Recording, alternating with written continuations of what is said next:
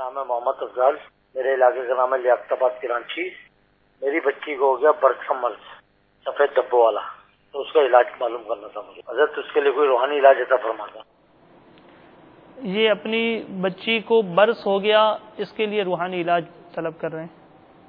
اللہ تبارک و تعالی ان کی بچی کو شفا عطا فرمائے۔ آمین۔ دعوت اسلامی کے اشاعتی ادارے مکتبۃ المدینہ کی مطبوعہ 419 صفحات پر مشتمل شیخ طریقت امیر اہل سنت کی کتاب مدنی پنج سورہ کے باب فیضان اوراد کے صفحہ نمبر 230 پر ہے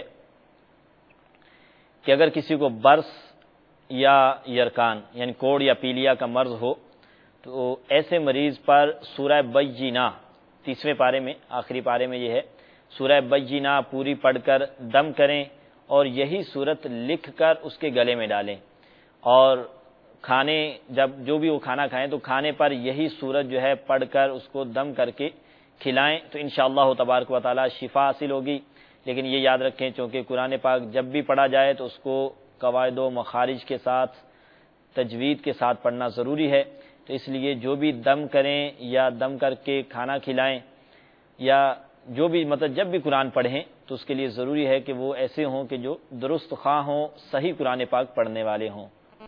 یعنی یہ بھی ہو سکتا ہے کہ اگر 2 وقت کا کھانا ایک ساتھ بنا لیا ہے تو پورے کھانے پر ایک مرتبہ دم کر لیا، تو اب وہی کھانا جو دوپہر میں کھایا، وہی کھانا جو رات میں کھایا، تو وہی ایک مرتبہ کا دم ان کے لیے کافی ہوگا۔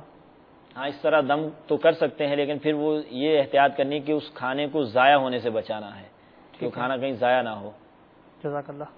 تو امید افضال بھائی اس کے مطابق کیجیے انشاءاللہ الرحمن، اللہ تبارک و تعالی اپنے کرم سے آپ کی بچی کو اس مرض سے شفا عطا فرمائے گا انشاءاللہ عز و جل۔